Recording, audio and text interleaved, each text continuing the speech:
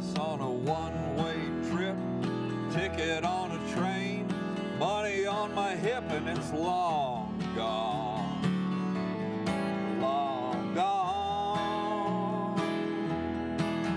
I couldn't win a nickel on a 10-cent bet. I went all in on my second cigarette, and it's long gone, long gone.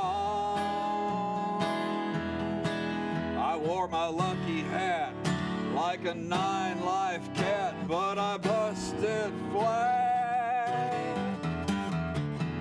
I went back home and started lying to my wife how I didn't lose the money and a bunch of other jive, and she's long gone, long gone.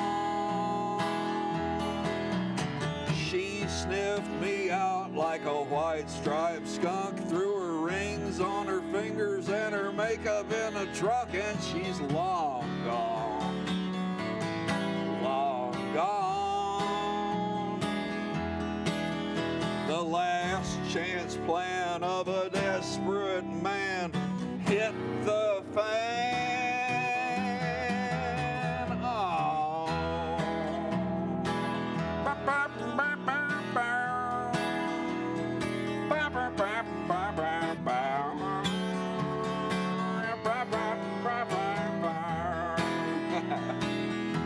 Oh.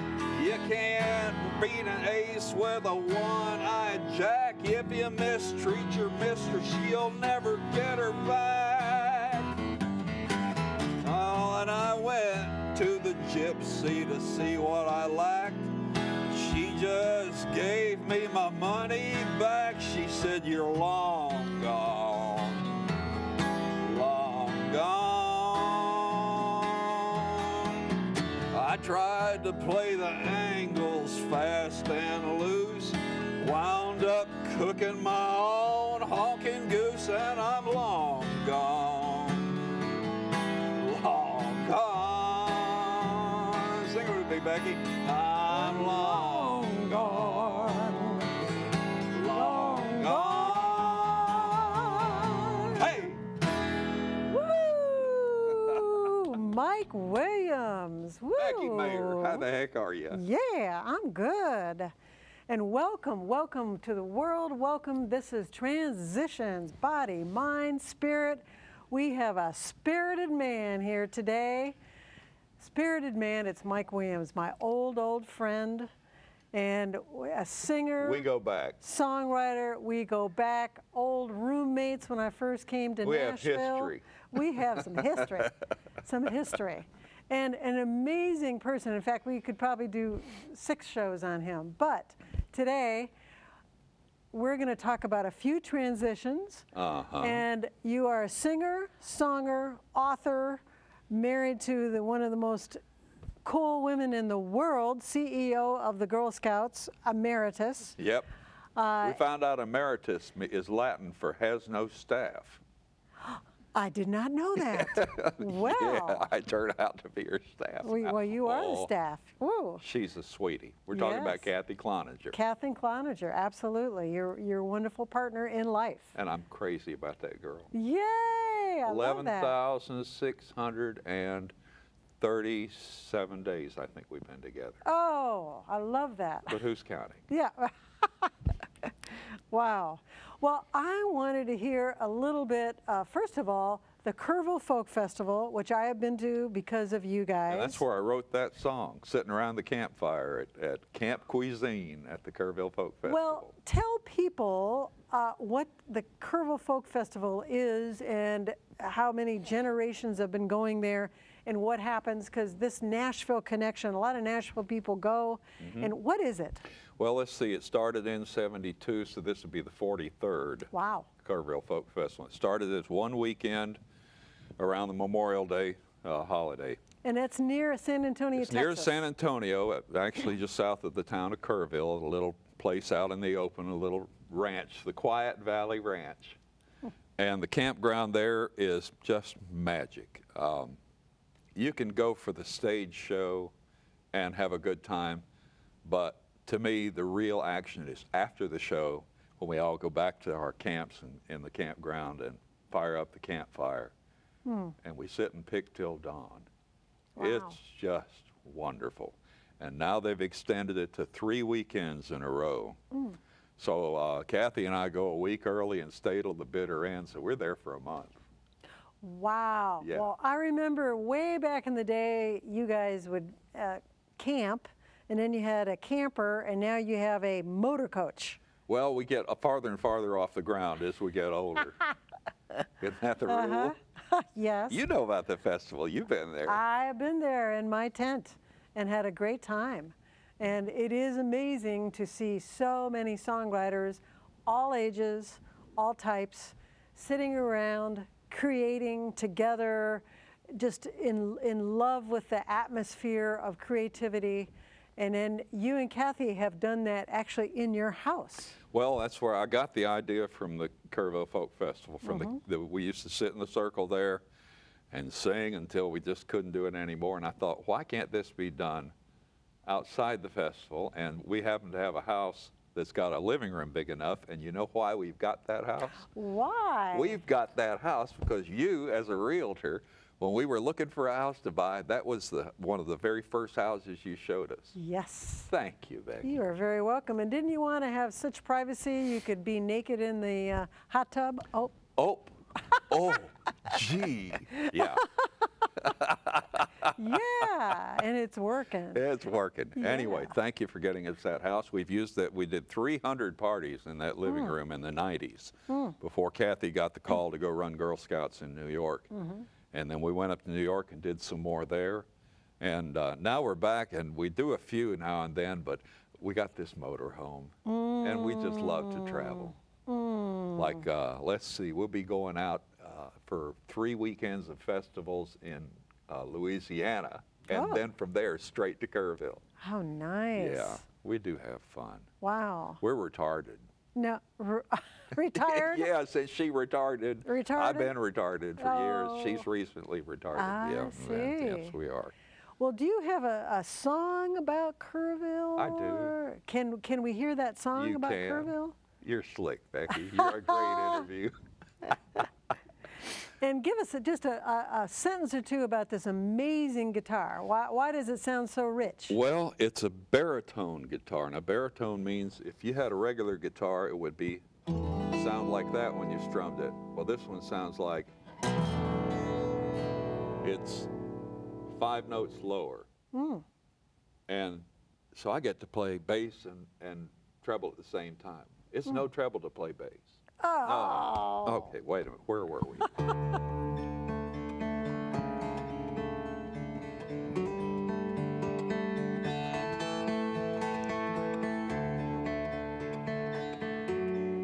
I wrote this around the campfire.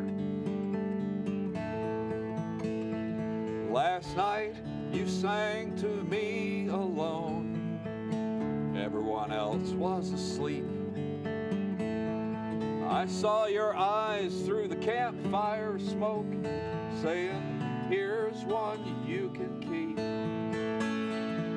Somewhere a bird sang harmony, and the moon settled under the hill.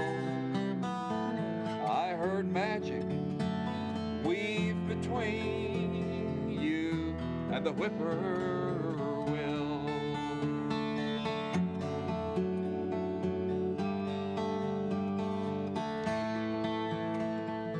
Smooth as a kiss, your sweet voice came, right through the rising sparks, and the campfire sent up a sudden flame that burned into my heart. Sweet and sad you sang to me, filling the night until I fell into the space between you and the whippoorwill.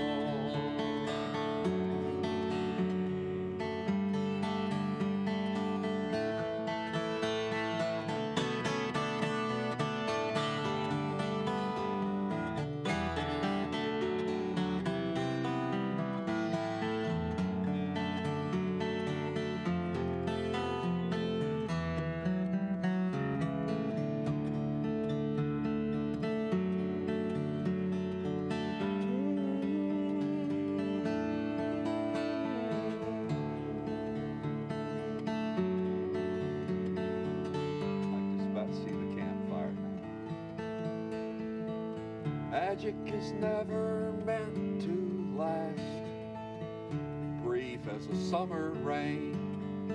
And after this moment fades to dust, we may never meet again. But nothing can take your song from me. I can hear it still. I will always dance between you and the whippoorwill. Nothing can take your song from me. I can hear it still. I will always dance between you and the whippoorwill.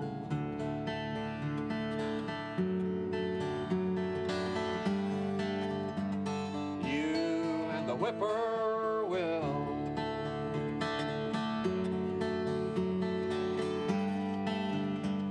You and the whippoorwill.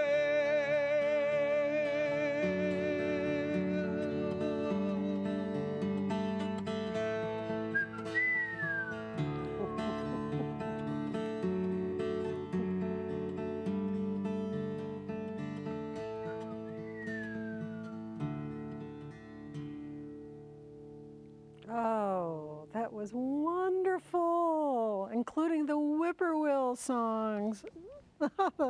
Oh, that was wonderful. Wow. Well, I can see the magic just through your song of a Kerrville folk festival, and you being the Renaissance person you are, and we have such little time, I wanted to find out about this book. One of many, but this book that you particularly brought that is so unique, and as I understand it, It's a little there's strange. one syllable, tell us what Well, this is. it's a book of 24 short stories, Okay. and every word, there's 17,000 some words in this book, and every one of them is one syllable. One syllable. Why not? Every word. Every word is one syllable. Okay. Was there a reason why you did this? It's my mother. She just turned 93. She's a pistol. Boy, she is great. She took a creative writing course, and the professor said, I want everybody to write something in one syllable words, you know, a story, a scene, a little, just anything, a paragraph. And I thought, how hard can that be? Like Kinky Friedman running for governor of Texas. How hard can it be? So I sat down and began to do it, and it's funny, it just came out. And I give you one short example. Yes, I'd like to. I just turned 70, so let me put these things on. Oh, my heavens. Okay. Now, if this works, Yes. you will forget that they're one syllable words. Oh, I'm not supposed to remember that it's one syllable You words? can remember if you want, but I don't think you'll be able to. Okay. Let's see. Okay. Let's see if the magic What works. a challenge. This is called bread. Okay. Late in a day, late in a year, late in her life, she takes flour and yeast and oil and salt, and she makes her own bread. In a bowl, she adds all the parts and stirs them in a thick swirl. She lays the dough out on a board. With her face calm, she kneads the dense dough in her strong, gnarled hands. She kneads and kneads and kneads, as if the board were a drum and the dough were a song and her hands were young maids at their first dance. She cuts the dough in half and forms each half to a loaf and sets the loaves in pans to rise. While they rise, she goes out to the yard to the pile of wood she chopped last fall, and she brings some in to put in the old stove to build a fire to bake her bread. When the loaves rise and fill the pans, she lights the fire and sets the pans in. As the bread bakes, she goes to the porch and sits in a chair that her dad's dad made by hand. There in the sun with a shawl on her lap, she lets her eyes close. Her breath slows and her mouth goes soft. and she dreams of times gone by. Bees buzz in the yard and a breeze swirls at her feet. Look at her face now. There in the lined, pale skin, you can see the girl she once was. The bread bakes. In no way will this bread be like the bland stuff that you buy in stores, that wads up and sticks to your teeth like paste, that has no taste, that brings no health, that builds no bone, that can't hold its shape when you spread it with jam. No, this will be the kind of bread that is the staff of life. You can't buy bread like this. It must be made for you by hand. In an hour she wakes. She dons thick mitts and brings the hot pans out from the bed of coals and dumps the loaves out on top of the stove. She takes an old knife, its blade worn thin by years of meals, and she cuts a thick slice from the end of one hot loaf, and she hands it to you with a smile. See the steam rise from it. Feel the warm gold crust on your palm. Hold the slice to your nose and sniff. It brings to mind the end of the school day, when the bell rings and you dash out the door and drop your books and go play with your friends on the long green lawn of the town square. Taste the bread now. Hold it on your tongue. What does it taste like? Yeah, you know. It tastes like home. Wow. You are correct. I totally forgot it was all one-syllable words because I got so totally wrapped up in that story, and I got wrapped up in that bread and your storytelling. Well, you know, one-syllable words are most of what we use, and I did a little study. This surprised me a lot. I looked up all the old familiar sayings, the ones that through generations have guided us in our growing up wisdom, like don't put all your eggs in one basket. A stitch in time saves nine. And I looked at nearly 100 of those. 90% of the words were one syllable. Ah, okay. And there was only three-syllable words in the whole bunch. So when you're saying stuff that's important, short words are real powerful. Like, I love you. That works too. Oh, Becky. Oh. Yes. Wow. Oh. Wow. And another thing that I thought was very cool, you wrote a song about, was it your grandmother that went across the plains? And didn't you write a book about that? I wrote 4 books about my grandmother. Okay. And one about her mother, but that's another story. My grandmother was a college professor. She raised 4 kids during the Depression by herself. Her husband had died. So she was a role model and a half. And I was lucky enough to grow up in a 3-generation household, because when my dad got out of the service in World War II, well, where were they going to come live with their 1-year-old boy, me? Well, let's see. Let's go live with the grandparents. How about Mom Bess? Bess Naylor Rosa was her name. And she came from just real down-to-earth stock. But she was solid as a rock. She had her values good, and she was compassionate, and she was smart. And when she was almost 90 years old, I took a tape recorder and I sat down with her and I said, tell me your life story. And over a period of 2 days, she did. And she had it all ready too. She had tried to write it, but she couldn't write as fast as she could think. And that's tough, but she could talk it. And so after she died later that year, I transcribed the tapes, made a book out of it. And I still pick that book up and read it. It's the story of a girl growing up on a farm before the turn of the 20th century. Wow. And growing up with a mother who had only had 3 weeks of school herself. But her mother made sure that Bess got a college education. Thank you very much. That was in the early 1900s? It was about 1914 when she graduated from the University of Missouri. That's pretty amazing. So she just was a huge influence in my life. And she spawned a song, and she spawned 4 different books. I have been so fortunate to grow up in the neighborhood of strong, intelligent, purposeful women. You know, they say that you marry somebody like your role models for good or for better, mom and dad. I think I must have. I think marrying Kathy Cloninger, I think that it was a good fit. It's such a boon to a man to be with a smart woman because it keeps him from making a lot of mistakes that he might otherwise make. A boon to be with a smart woman. Yeah. Now, that's a song that needs to be written. I'd love to. How long have we got here? Well, not the second, but the next time you're on the show, that would be a good one. That would be a good one. Is there any little, you have so many wonderful songs, and we have about 6 minutes to go. I'm wondering if there are little snippets of a few songs, maybe something about your grandma, about being on the prairie or something? Just, well, one verse of this will give you the start of a picture of her.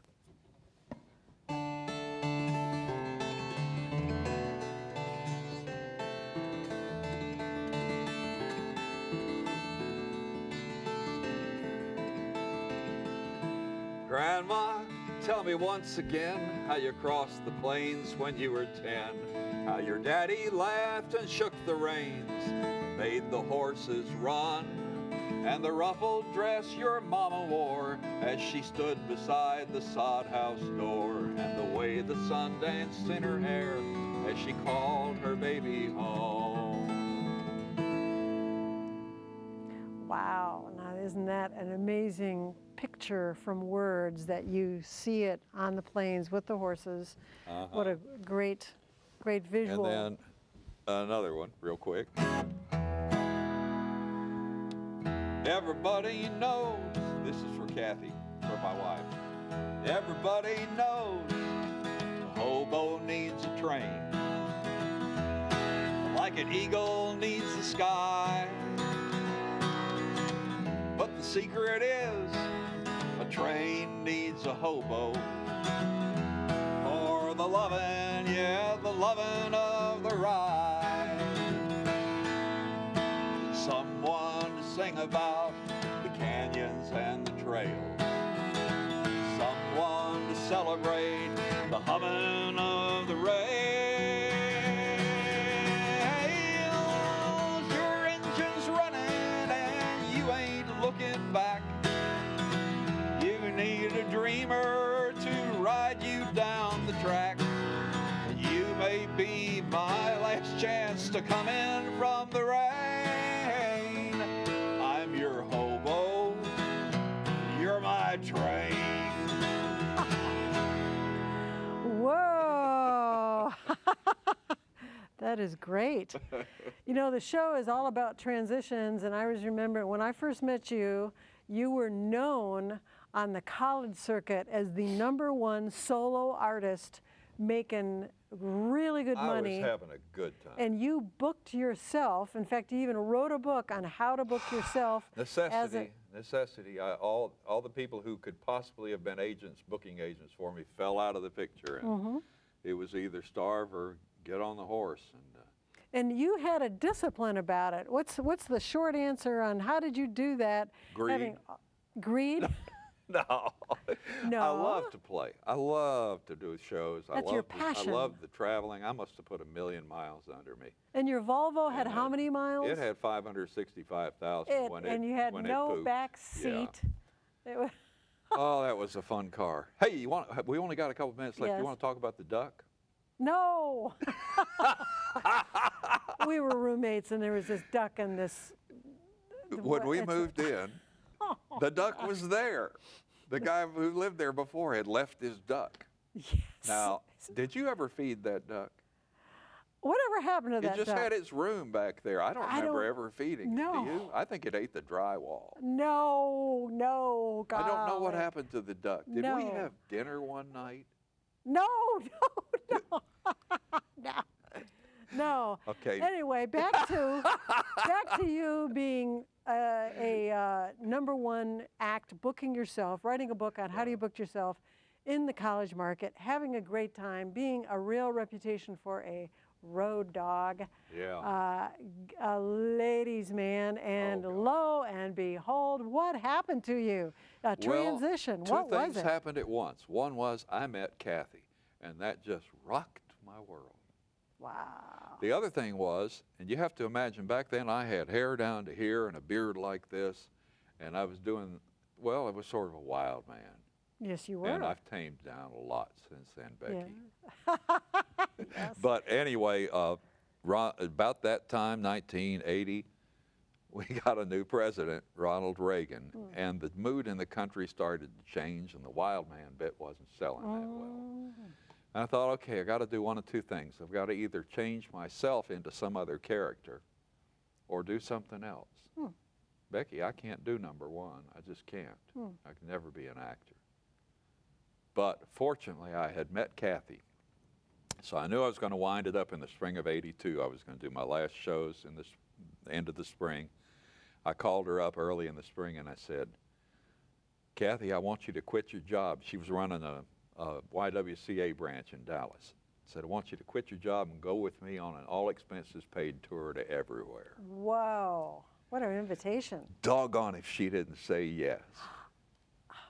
Transition for both of us. We spent the whole summer of 1982 camping all over the country. Wow. All 50 states, I think. And when that was over, I just didn't want to be anywhere else but with that sweet lady. Wow. Been there ever since. And So the transition was pretty easy for me. It was, yes. again, doing what I just craved to do. And you crave that woman. I crave her. And you still do. I can't help it. We're bonded. The love of your life. We're pretty happy. I wrote another book called Keys to Sweetness. Keys to Sweetness. It tells how we got to be such sweethearts and how we stay that way. Wow. I'm pretty sure it's a coffee table bestseller. Well, maybe when it comes Let's out, do we another need to do show. another show. Okay. Well, Mike Williams, thank you so much for being on Transitions, Body, Mind, Spirit. It's a pleasure to be with you, Becky. You have so much spirit. Thank you. Thank you all. Body, Mind, Spirits. Becky Meagher.